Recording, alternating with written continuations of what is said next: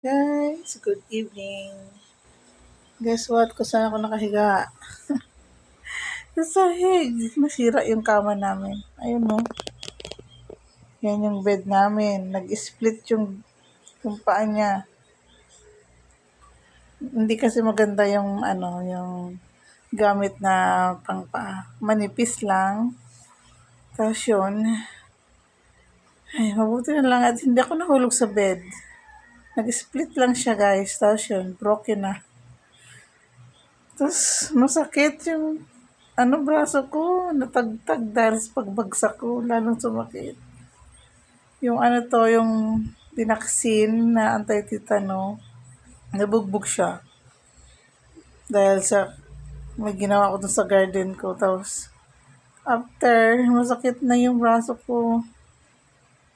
Ay, kaya, very, ako ngayong, ilang araw na kung wala masyadong tulog. Kasi sobrang sakit, kumikirot siya.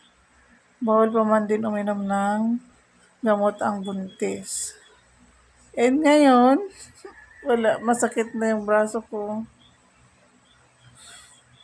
Wala pa kaming bed. Nasa salog na ulit. Balik na ulit kami sa sahig.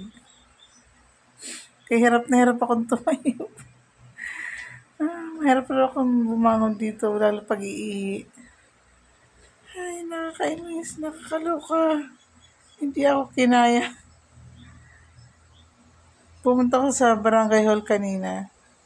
Tapos nagkilo ako. Dagdagan yung kilo ko. 93. Dati 91. 92. Yun ang pinakauna kong pinakahuli na kilo ko is 92, 91. May 93.30 na. Nadagdagan.